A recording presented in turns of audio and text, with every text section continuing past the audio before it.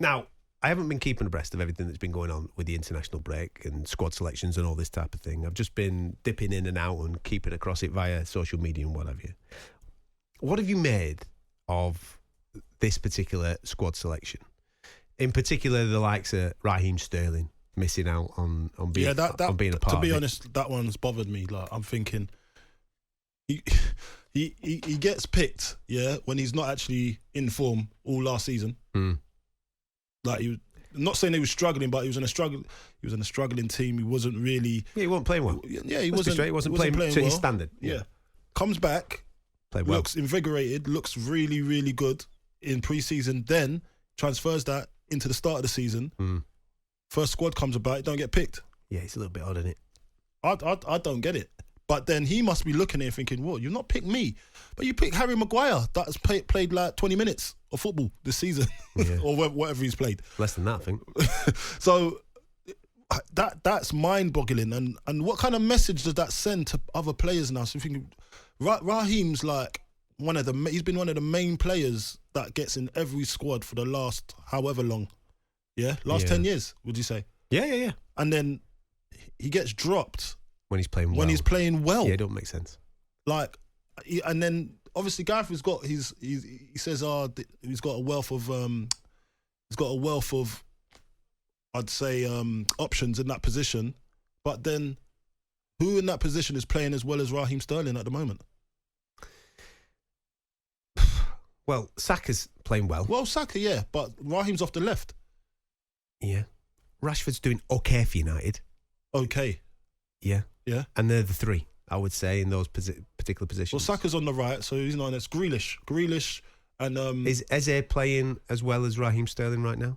Eze's a great player. He's a good player. He's going to be top class. He's going to be top class, but...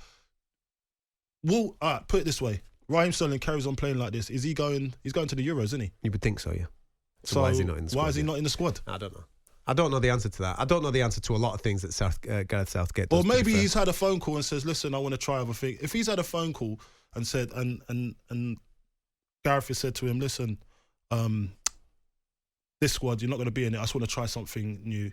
If he's giving him that phone call and that courtesy, then probably he'll be like, "Do you know what? Fair enough." But then I'd still be asking questions. Why me? Not when I'm in this vein of form.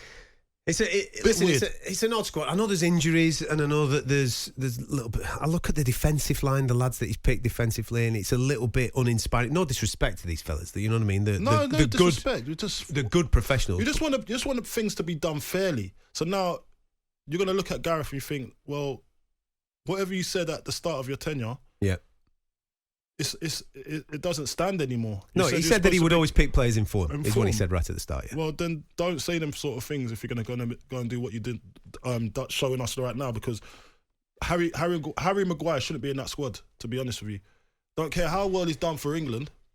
Then now, do you know what I see this as well? I see it as it's a Gareth Southgate team. So this is Gareth Southgate FC, not England.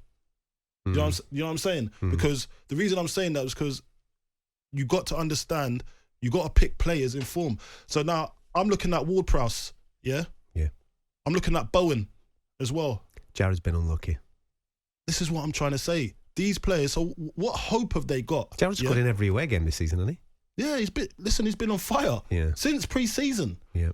What chance have you got when you see these players? They're on form for their club, and they can't get any better for their club. Mm-hmm.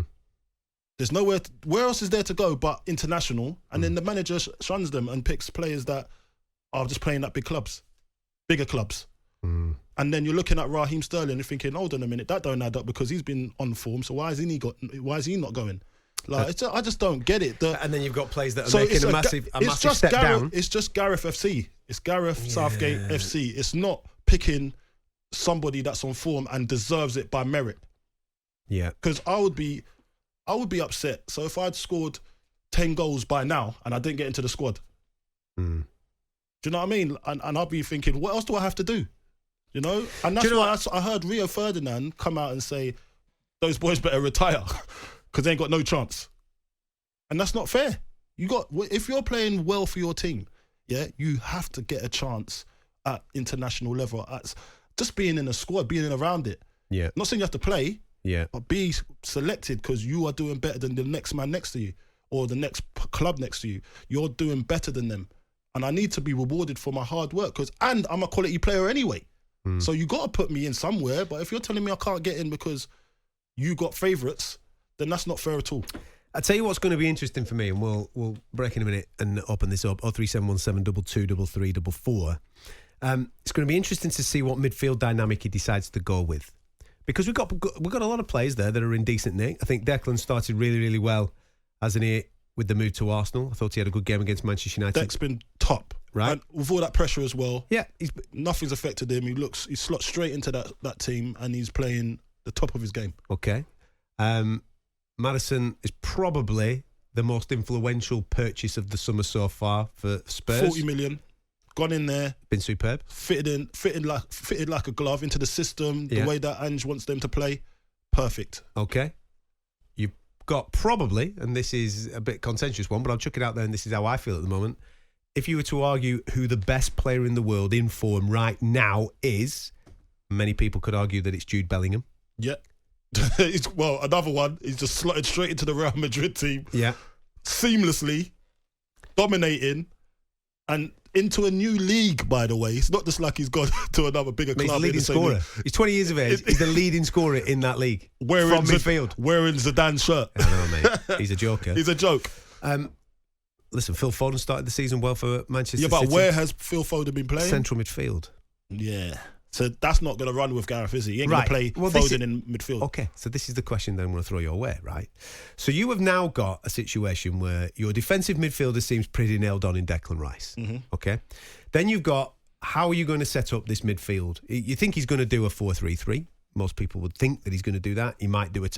There's loads of different ways that he could do it, but let's say he does a 3. So who are the other two that joined Declan Rice in that midfield? You cannot drop Jude Bellingham. No, you just cannot drop him. Now, Jude Bellingham for Real Madrid has been playing at the top of a diamond, so he's been playing in that number 10 role. That's how he's getting the majority of these goals, and he's on fire. So why would you bring him to international duty and play him anywhere else other than the place that he's absolutely smoking it in La Liga? You shouldn't do that. But Maddison's playing in that 10 role for Spurs and being absolutely sensational as well. So you've got a problem there, first and foremost. One of those is not going to be playing in that particular position, which is going to cause uproar with somebody somewhere. And then you've got Phil Foden, who is also playing extremely well for the best team in the land right now, filling in for Kevin De Bruyne in central midfield. Is he going to be playing in central midfield, or is he going to play somewhere else, or is he not even going to make the 11? It's going to be interesting to see how that dynamic all sets up. I look at Maddison, and I look at Foden, and I look at Bellingham playing similar positions for their clubs, but out of the 3, who do you put in? And you know what as well, I would love if Gareth Southgate could adapt to the players that and how they've been playing for their club. 100%, mate. Say this all the time, don't we? Because I know in international football, I think it should change, and the dynamics should change slightly to what player you're bringing in, and be adaptable to the player's quality, so you get the best out of the player. But I just don't think that will happen with Gareth, because Gareth has got his way of playing and his set template, and the players that he brings in has to play that role that he wants them to play. So they play differently, and it might take away from their qualities that they're actually displaying at the highest level at club football. I'd like to see a bit more adaptability from Gareth with the players that he has, because arguably these players that he's got are probably some of the best crop of players that England's ever had. Attacking wise.